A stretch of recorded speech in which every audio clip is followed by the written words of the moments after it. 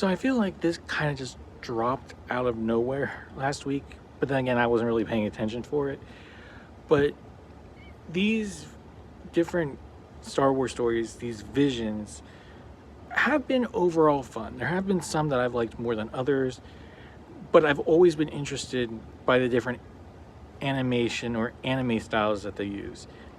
And I really liked a lot of Volume 3. I really liked The Ninth Jedi.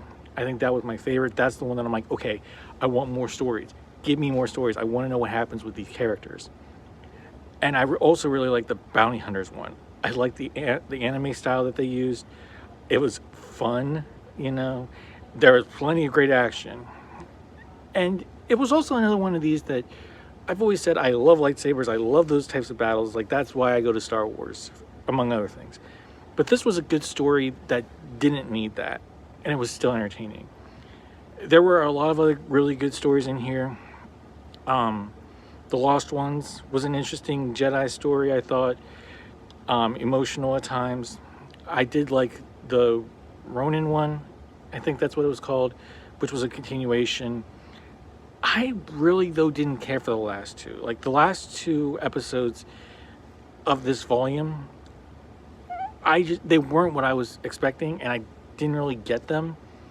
Now, the one about the blinded Padawan, that one I got to a certain degree, and that was a neat animation, I thought.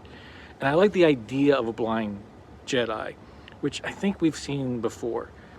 And I probably should have read the synopsis, I'll admit, more, because I thought it was going to be, you know, oh, we're going on a journey with a blind Jedi, and we're going to see what happens. So it was a little misleading, because I admit that was my fault. And it still looked cool. I still liked the animation. I liked the idea. But I wanted more from it. And then the last one, I just did not get at all. I mean, the animation was like, okay, this is interesting, but I don't get it at all. And that's probably the point. There's probably somebody out there who actually gets it. I know the writers probably do. But I'm like, okay, is this a guy, a stormtrooper, revisiting moments right before he dies on the Death Star, or what's going on? Even the synopsis didn't help. This felt very 2001 Space Odyssey to me. And I know there's plenty of people that love that movie, but not me. I was just like, why did I watch this? So overall, I think these continue to be good. I hope they do more, and maybe some of them will become their own story. But yeah, I definitely recommend checking them out.